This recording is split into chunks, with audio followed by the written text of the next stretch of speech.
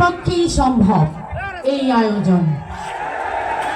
আমি অত্যন্ত কৃতজ্ঞ এই তিস্তা মুভমেন্টের কার্যক্রম এত চমৎকার এবং নিখুঁতভাবে হয়েছে এবং আমি আমন্ত্রিত হতে পেরে আমি কৃতজ্ঞতা প্রকাশ করছি দুই ভাইয়ের প্রতি। সেই সাথে আমার শ্রদ্ধা জানাই আমাদের জাতীয়তাবাদী দলের যিনি অভিভাবক, যার কাঁধে ভর করে আমরা সবাই দলের সাথে দলকে নিয়ে এগিয়ে যাচ্ছি।